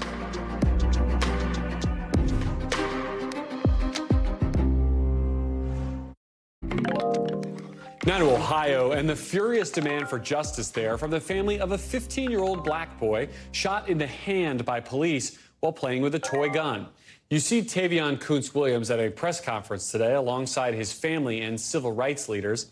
His mother invoking the death of Tamir Rice, the 12-year-old Ohio boy fatally shot by police for playing with his own toy gun, as she called for an investigation and addressed the white people in the audience. The racism that has been embedded in this system that you guys reap the benefits from, it has to stop. And we will put a stop to it. The body cam footage of this incident, which I have to warn you is disturbing, released Wednesday, really sparked this anger. You can see there those moments leading up to the shots, and you can hear Tavion screaming, "It's fake, it's fake," as Officer Ryan Westlake shoots him in the hand. Westlake so far faces no charges, but he has a long history of disciplinary issues, including multiple suspensions, using an anti-gay slur, and repeated drunken incidents, including one incident where he brandished his gun at his girlfriend. Shaq Brewster's following all this for us. And Shaq, you spoke one-on-one with the family's attorney. They want a pattern and practice investigation here. Explain what that is and what it might find. Yeah, Garrett, that's an independent investigation conducted by the United States Department of Justice, looking into the entire police department, looking to see if there's a pattern or if there's a series of instances that involve misconduct. In the past, we've seen those lead to consent decrees, which are court enforceable agreements that usually include some reform. And the point that you're hearing from the family is that this is not one incident or one instance. Instead, they're concerned that this is an overall culture of policing that they want to shift. I want you to listen to a little bit more in my conversation with the family attorney. What exactly is the family looking for? You know, the family's looking for accountability and justice in the situation. I think accountability looks like this officer being fired. I think accountability looks like us taking this in front of a jury to see whether or not criminal charges should be pressed. And I think accountability and justice in this sense also looks like something changing within the culture of the Akron Police Department. You heard Tavion's dad almost break down during that press conference, talking about the need for accountability and a bigger sense of reform. And by the way, in that press conference, we saw Tavion for the first time, and he still had bandaging on his left wrist. His family said while they are relieved that he survived the shooting, he is still having trouble sleeping, and that trauma has taken over his entire life, Garrett. I imagine that's right. And yet the family wants accountability here, but the union here, Westlake's union, the police union there, says he did nothing wrong? That's right, Garrett. And in the past couple of hours, we've seen a new statement from the Fraternal Order of Police. Before I get to the old statement that we've seen, and they say we continue to support our brother. And in that statement today, they said this officer's personnel file has nothing to do with this incident. Now, they go back to the language that you're seeing on your screen right now, where they say this officer involved acted within policy and procedure and according to his training. They talk about it being a split-second decision and celebrate the fact that he helped assist medically after the shooting. But again, this will be investigated by an independent agency in Ohio, and then the findings will be presented to a grand jury, Garrett. Shaq Brewster, we have not heard the last on this story, I imagine. Thank you for that reporting. Meanwhile, hundreds of liver and kidney transplant candidates are facing a crisis tonight, all because a Houston hospital has paused transplant procedures after finding that a doctor manipulated records for many of those patients. The hospital saying they discovered, quote, inappropriate changes to the transplant database, changes that may have actually blocked candidates from getting the organ that they need. The New York Times is identifying the doctor as a nationally renowned surgeon who oversaw the hospital's transplant program, reporting that he intentionally tried to deprive his own patients of care. Stunning stuff. Now, NBC News has not yet confirmed that reporting. NBC News medical contributor Dr. Kavita Patel joins me now. Doc, this is a big-time hospital down in Houston. This is a very serious transplant program there. Why do you think the hospital feels like they have to pause these programs now? And what does it mean for those who are still waiting? I'm sorry, I got like more questions that I can get out of my mouth at once here. Why do they do this now? And what does it mean that these transplant patients are still waiting? Yeah, Garrett, and so obviously there's an ongoing investigation. You can see from a statement that the hospital made that they're not only contacting individuals who are on the transplant list, something that you could imagine, as you stated, someone who's waiting for this, a family member, a loved one, he must be in a wreck over what's happening, and even offering in that statement to give them a seamless transition to another transplant program where necessary. That is not a small feat. This is a major health science center, as you stated. This is something that would be highly unusual, and we can kind of talk about the things that I think led up to leading the statement. The rates of this transplant is just the numbers, a significant number of patients dying while waiting is an incredibly unusual tripling of a rate. And that's why I think you're seeing these actions, Garrett. Yeah, I mean, let's talk about those numbers. The hospital's data shows that the number of patients who either died or got sick waiting for a transplant more than tripled between 2011 and 2023. Is that the kind of thing that sets off alarm bells within the system? Is that perhaps how this person might have been discovered? Yes, yes, and yes. So here's why those allegations are so serious. So tampering with the wait list is kind of what the New York Times investigation, or at least is kind of nudging it could be true. That means that some people were denied transplants. Then there could also be some suffering from people who became too sick for a transplant and had their care neglected in that process. So it's not just tampering with the wait list. It could be manipulation of the actual care of patients, which honestly, if any of these allegations, if this is serious, and the fact that the physician was actually taken away from that transplant team, it's really important to understand. It's usually not just one individual, Garrett. So it'll be necessary to see what likely led to this, what hospital changes are being made, and how patients and their families are being taken care of as quickly as possible. All right, Dr. Kavita Patel, thank you for breaking down all of that for us. Thanks. And let's get over down to the 5 things our team thinks you should know about tonight. Number 1, Italian fashion designer Roberto Cavalli has died at age 83. His company announced his death in an Instagram post today. Cavalli was known for his glamorous designs and animal prints. Number 2, at least 11 people across the country are now sick due to botulism-like illnesses linked to injections of counterfeit Botox. We told you about this yesterday. The outbreak is actually from injections given in non-medical settings. The CDC says it's launching a multi-state investigation and is going to start alerting doctors nationwide. We had previously reached out to Botox for comment on this, but have still not heard back. Number 3, Tiger Woods making history today by making his 24th straight cut at the Masters tournament in Augusta. That broke a tie that he was in with 2 other players. It all means he'll get to play in the final 2 rounds over the weekend. Woods has drastically reduced his playing schedule as he fights through numerous injuries. Number 4, Harvard University and Caltech are bringing back standardized testing in their admissions process. Both schools had dropped requirements for the SAT or the ACT during the pandemic. This change is going to start next fall for the class of 2029. Those 2 schools join a bunch of other top colleges in bringing back that kind of testing, schools like Yale and Dartmouth and MIT. And number 5, take a look at this wild video of Florida fire rescue saving a horse that somehow got stuck in a pond. First responders held the horse's head out of the water so it didn't drown. They managed to get a makeshift harness around the animal and pull it to safety. The horse did eventually make a full recovery. And talk about leading a horse to water, which is almost as good as the joke I would have made about Never-Ending Story, but it's still too traumatic for me as an elder millennial. Anyway, when we come back, the American who spent 40 years as a spy pleaded guilty today, why prosecutors are calling it one of the biggest betrayals ever for the U.S. Plus, how police in Japan say a man stole a $65,000 gold teacup.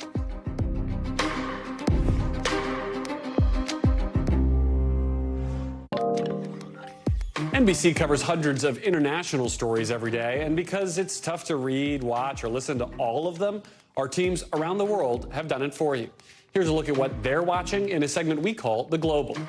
From the Vatican, Pope Francis set to take his first overseas trip of the year and the longest trip since he became Pope this September. He's headed to Indonesia, Papua New Guinea, Timor-Leste, and Singapore. It's all raising concerns about his ability to travel, given all of his recent health issues. In November, the Pope pulled out of a trip to the COP28 climate conference in Dubai because of a lung inflammation.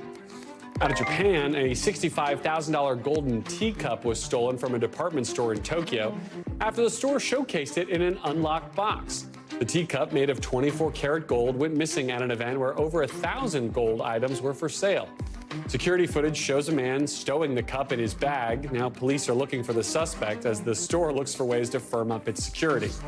And in Berlin, Berlin's zoo is celebrating Fatu, the gorilla's 67th birthday. She's the zoo's oldest resident, and she's possibly the oldest gorilla anywhere in the world. Zookeepers gave her fruits and vegetables today to celebrate. No cake? Come on. Anyway, the American ex-diplomat who admitted to being a spy for 40 years late today, pleading guilty to defrauding the U.S. government and acting as an illegal agent to Cuba, in a case prosecutors call one of the most brazen betrayals against the U.S. national security ever. With the judge just now signing off on this plea deal for 73-year-old Manuel Rocha, he'll serve a 15-year sentence and pay a $500,000 fine. According to court documents, Rocha repeatedly called the U.S. the enemy and praised Fidel Castro.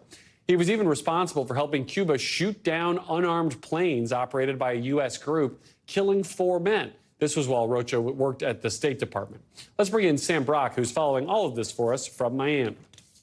So, Sam, walk us through what more we know about Rocha's sentence and what went down in the courtroom today.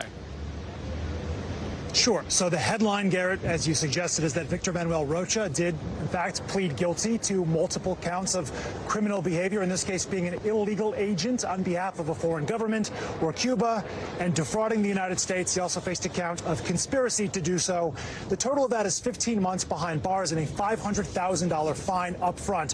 What happened in the courtroom, though, today was theatrics back and forth between the judge in this case and the prosecution. The judge initially, Garrett, was not pleased with the parameters of this deal, not necessarily the maximum sentence for the time behind bars or for the fine, but what she said was for restitution of any other victims that might have been tied to information that Rocha, in his 20-plus years as a U.S. diplomat, and then another 20 years consulting and offering information for various entities, including U.S. Southern Command, may not have compromised lives. And she said to them, look, I don't know in 50 years what victims might be here, but I have a feeling you don't know either. And I want to see what's behind the curtain. I want to see the documentation and what information you have as to how you found this individual and how you realized he was sharing information, sensitive information that he had exclusive access to with a foreign government. And so that sort of dialogue took place here over the course of the afternoon. She also had issues with denaturalization and basically said, are you going to allow him to keep his naturalized status as a U.S. citizen? And the prosecutors responded, look, the statutes of limitation for that were 10 years. We're way past that. But what they ultimately came to, I guess, an agreement on is a civil process for denaturalizing him. The judge talking about the fact that Rocha was someone who pledged to a country and then turned his back on that country, the same one that offered him an elite education at places like Harvard and Yale and Georgetown, and then, of course, multiple decades serving the U.S. State Department, and all he did was betray them. And so that seemed like a sticking point. They were ultimately able to resolve that as well. Denaturalization now, the way is paved for that to happen. You touched on this a little bit, Sam, but I was struck by the idea that the prosecutors calling this one of the biggest, most brazen betrayals against the U.S. ever. How much do we know and how much do we potentially not know about kind of everything that was really going on here behind the scenes from a national security standpoint?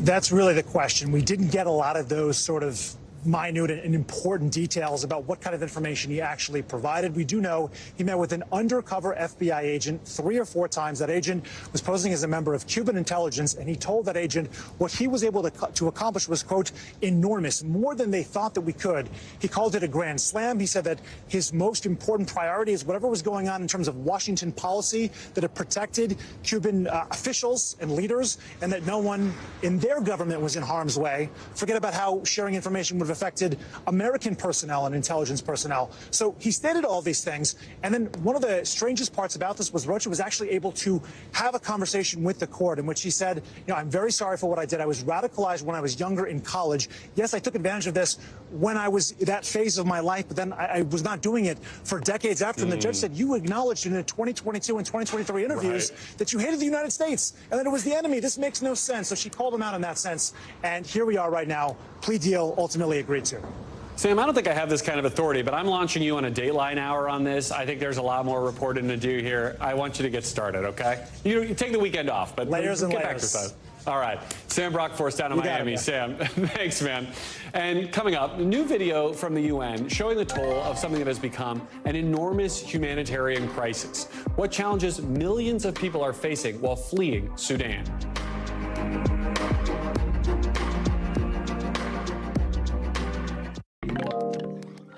The United Nations came out with a stark warning today about one of the world's largest humanitarian crises that really a lot of people are not paying attention to. That's the civil war in Sudan. This video from the UN showing the scale of this crisis. 8.5 million people in Sudan fleeing their homes, with nearly 2 million forced to cross over into neighboring countries. And Save the Children, the NGO, says an estimated 230,000 children, pregnant women, and new moms could die in the near future unless desperately needed help gets to them soon. NBC's Josh Letterman has been following this story and joins us now. So, Josh, the refugee crisis here, I think, has been kind of forgotten by a lot of people around the world, but this is truly an international emergency. Can you give us a better sense of the scale of it all? Yeah, Garrett, when we're seeing all of these awful headlines out of Gaza and Ukraine, we can lose track of the fact that Sudan is now the largest displacement crisis in the world, with some 6.5 million people displaced internally within Sudan, and millions more who have had to flee their country to regional nations like Chad and South Sudan and Egypt. Now, the International Rescue Committee says 90% of those refugees are women and children who have the least ability to support themselves once they have to flee their country. And just like in Gaza, we're seeing how the military conflict, war, quickly becomes a humanitarian crisis, fueling things like extreme hunger, spread of disease like cholera and malaria, as well as even gender-based violence. And the UN is also saying that this is preventing aid from getting into Sudan, with only 7% of the needs there currently funded. And we should probably back up a little bit, too, Josh, for folks who haven't been following this conflict and could probably be largely forgiven for doing so. What is this civil war even about, and why has it gone on for as long as it has? Right. So you have to rewind to 2021 when there was a coup that was mounted jointly by Sudan's armed forces and a powerful paramilitary group called the Rapid Support Forces. So after they overthrew the government, they shared power for a while, but then there was a power struggle that broke out between them, and they started shooting each other in the streets, trying to take over a territory. There have been multiple ceasefire agreements over the course of the year. They have all fallen apart, and now there is a new concern, Garrett. Iran has gotten involved. They are now arming the Sudanese military with drones to such an extent that it is starting to turn the tide of the war. And now the U.S. ambassador to the United Nations, Linda Thomas-Greenfield, says the U.S. is trying to get other nations in the area that have influence with Iran to persuade them to knock it off and stay out of this war so it doesn't get any worse, Garrett. Iran at the center of so many of our global stories here tonight, and Josh Letterman on top of this one for us. Josh, thank you. It's time now to get to the backstory. That's our behind-the-scenes look at how a story comes together and usually how it fits then into the bigger picture. This one starts with China announcing rare new sanctions on 2 U.S. defense companies. Chinese say it's because those companies support arms sales to Taiwan, the self-governing island that Beijing claims as part of its own territory. This move from China, yet another example of these heightened tensions between the U.S. and the CCP over trade, China's support for Russia's war in Ukraine, and national security threats to the U.S., like when that American warplane had to shoot down a Chinese spy balloon last year. It all comes as Treasury Secretary Janet Yellen is back from a trip to China for some high-stakes economic talks that were aimed at trying to iron out the wrinkles of what has been a complicated relationship, I think that's putting it mildly, between the world's two biggest economies. Our own Brian Chung was with the Treasury Secretary on that trip, covering it all on the ground, and Brian joins me now. So, Brian, this was your first time being part of a press pool for a trip like this with travels with a government official overseas. Just talk a little bit about what that was like for you being on air fed.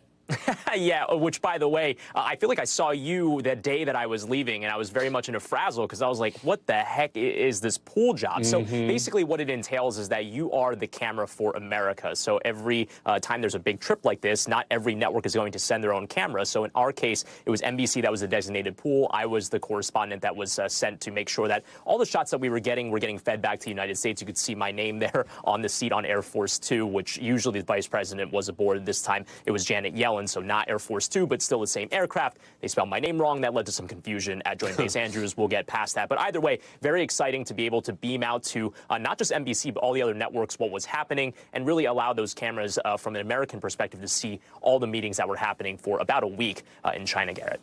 These pool assignments can be challenging enough domestically, but doing it overseas, especially in a country like China with all its tensions with the U.S., how was that interacting with the Chinese media, the government officials? Did you have to be careful about using your electronics? Talk me through the unique challenges of doing an assignment like this in China. Yeah, well, we were using separate electronics than what we use here, but there were a lot of other nuances as well when you were in some of these joint meetings where you had high-ranking officials like the Premier of China meeting with the Treasury Secretary. You can understand that there's a lot of security in those rooms, and also there's a lot of protectionism in terms of having the Chinese press kind of prioritized in some of these rooms. So there were instances where we had our phenomenal photographers, Charles Olmsted, in addition to Andy Scritchfield, as we call him, they had to do a little boxing out where maybe their athletics in basketball helped out to make sure we could get some space in the room, again, because we were the only camera that was representing America where the U.S. press would be able to see what was happening. So a little bit of jostling. I had to use my limited Mandarin to make sure that we could get into the rooms there. But again, we were able to get a lot of those photos that we could beam back to the United States. We keep those photographers trained up on Capitol Hill in some of those scrums, so they're ready for this kind of thing. So the other thing about this that was fascinating to me is that Janet Yellen has also become kind of an internet meme based on what she has been eating in China ever since she ate mushrooms that I guess can have some psychedelic effects back in Beijing last year. We've got some video that you took of her drinking an IPA, which sounds delicious right now on a Friday afternoon. How did culinary diplomacy play a role in this particular trip? Yeah, and by the way, that was 5 a.m. Eastern time when she was cracking that open. I guess it's 5 p.m. somewhere, right? But yeah, Janet Yellen getting a lot of attention on the Chinese media websites, Weibo, for not just her, indulgences at the breweries in Beijing, but also at the many restaurants. She's actually been known to not just try the Beijing or kind of the fast food cuisine in the area, but more regional cuisines. This time she tried Sichuan cuisine, and she also visited a Yunnan restaurant in July, where, as you mentioned, she had these mushroom dishes that, if prepared incorrectly, can have slightly hallucinogenic properties. We actually visited it, me, Charles Scritch, as well as our Beijing correspondent, Janice Mackey-Freyer. I can confirm that we didn't experience any sort of psychedelic reaction, at least not that I would be willing to talk about publicly. I mean, not here on TV. We'll save that for another time. Brian Chung, appreciate your reporting and your travels around the globe for all of us here who take advantage of that pool reporting. Thank you. And still to come, an alleged gang problem in L.A. County involving its own sheriff's deputies. What they are accused of doing is next in our original.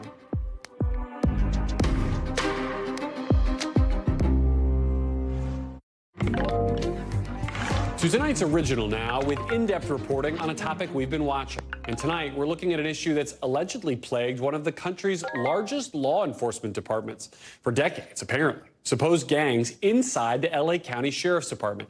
NBC's Priya Sridhar has more. There's a different kind of gang problem in Los Angeles County. The people meant to serve and protect a population of more than 9 million people, allegedly part of powerful gangs going back decades, according to watchdog groups and the alleged victims of their crimes. Groups of LA sheriff deputies with threatening names like the Banditos, the Cavemen, the Executioners. The deputies rep their cliques, tattooing their bodies with logos and throwing up gang signs. The gangs facing allegations they use violent excessive force against Angelenos. To me, they're punks. The people that killed my sons, that executed my sons. And intimidate fellow deputies who don't play along. Dead rats in front of people's homes. The terrorizing behavior costing the LA County taxpayers a fortune. The Inspector General's office counts $54 million in settlements involving deputy gang activity. The first obstacle to eradicating them, though, many past sheriffs dispute their very existence. Well, you're still trying to pretend the deputy gang exists and work in the countryside, pillaging, plundering. The investigation continues. But the current sheriff, Robert Luna, who took office in late 2022, went public with his efforts to combat the problem. We must eliminate deputy gangs. A city and state-approved civilian oversight commission released a 70-page report last year on how the sheriff's office should crack down on them. The commission's special counsel telling us they turned over a list of more than 20 recommendations. But so far, members of that oversight board, as well as attorneys for the victims, say Sheriff Luna hasn't put a stop to the gangs like he promised. It's a lot bigger than one sheriff. It's sheriff after sheriff, administration after administration. In a statement to NBC News, the LA Sheriff's Office say they've drafted a new law enforcement gang, clique, and subgroups policy, but that it's still under negotiation with the powerful deputies union. We don't get it! Turn it down. We were trying to publicize the existence of the deputy gangs and put the community in power over the gangs and over the sheriff department itself. In the meantime, a growing chorus in LA who say it's time to stop waiting for the county or the sheriff to clean things up. If this gang problem isn't promptly solved, that the next logical step will be federal litigation, the appointment of a monitor, and oversight by a federal judge. Other police departments who struggled with different issues like excessive force and police bias in cities like Detroit, Seattle, and Pittsburgh all saw what officials say were significant improvements under federal oversight. But the Department of Justice so far hasn't moved in that direction. NBC News reached out to the DOJ for comment but haven't heard back. If these alleged gangs are dealt with, it won't be soon enough for people like Sergeant Rosa Gonzalez, who claims she was retaliated against for speaking out against the East LA Banditos. Gonzalez declined an on-camera interview with NBC News, saying doing so would mean facing further consequences, proving the stronghold these supposed gangs still have over one of the largest populations in the country. Priya Sridhar, NBC News. Our thanks to Priya Sridhar for that reporting, which is a wrap for this hour. And a reminder that you can see Hallie this Sunday on Sunday Nightly News. For us, coverage picks up right now. Thanks for watching. Stay updated about breaking news and top stories on the NBC News app or follow us on social media.